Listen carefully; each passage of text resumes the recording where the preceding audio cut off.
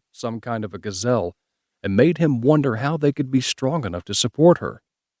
She was also spirited, much like her father had been, and he did not envy her mother the task of trying to rein that spirit in, especially with the teenage years around the corner. "Excuse me?" a voice broke through his reverie. "Huh?" He returned to the present and focused on the gentleman who stood patiently outside his window. The stranger pointed to accentuate his words. "The light seems to be green now." "Oh, right. I'm sorry about that." Pain released the brake and drove forward.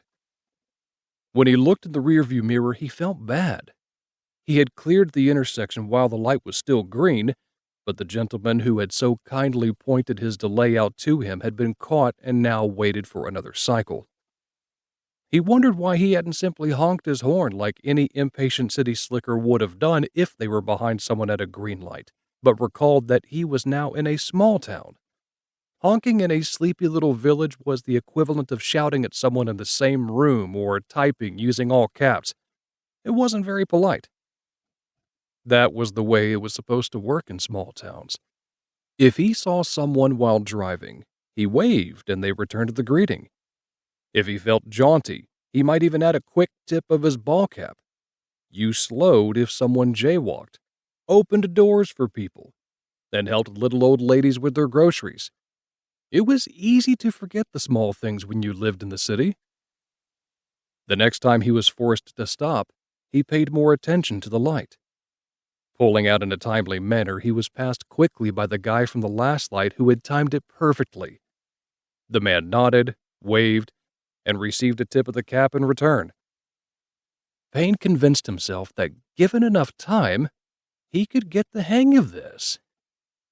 He remained on the main road long enough to pass the courthouse and police station, as well as 3 churches and the old-fashioned movie cinema that offered only one film at a time. If it was a good one, they might hold it over for a couple of weeks. A stinker would be shelved after a very brief stay. If it was anything with Tom Hanks in it, the chances were it would continue to show until the next change of season rolled around. A quarter mile after the 5th light, he found the street he was looking for exactly where he had left it the last time he had been there.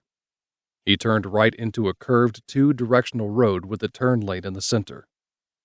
The houses in the town had been built close together.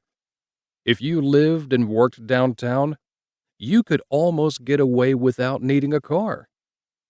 In the area he now traveled through, however, it wasn't a question of owning a car. It was more a matter of how showy you wanted your vehicle to be. Thick stands of trees grew alongside the road he was on, and the large homes were stately, built with money and style and in an age that had certainly favored large wraparound porches.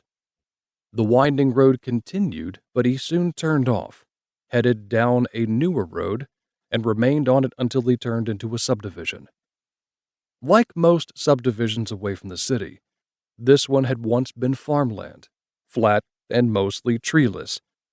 The roads were laid out as if designed using graph paper, and the trees that had been planted when the subdivision was built a decade or so earlier were now almost tall enough to provide a decent amount of shade. There was nothing fancy about the ranch-style homes, nor much to differentiate one from another. You could walk into any one of the cozy abodes while wearing a blindfold and know which way to turn to reach the kitchen or the bedrooms. The yards were small but neat, with enough variation in the houses' accents to be able to tell them apart as long as you didn't come home from Jasper's brew house after a few too many. The shutters on the house he was looking for were still yellow, but the house itself had recently received a new coat of paint and was now a soft blue, not the dark green it had been the last time. He approved of the change and pulled into the driveway shortly before noon, well before the party scheduled for later that afternoon. Payne was pleased that he would be able to spend some quiet time with the mother and daughter and catch up on any news before the house became overrun with kids. At least she's too old for any clowns to show up and start to weird me out with balloon animals. He put his snazzy ride in park, hopped out.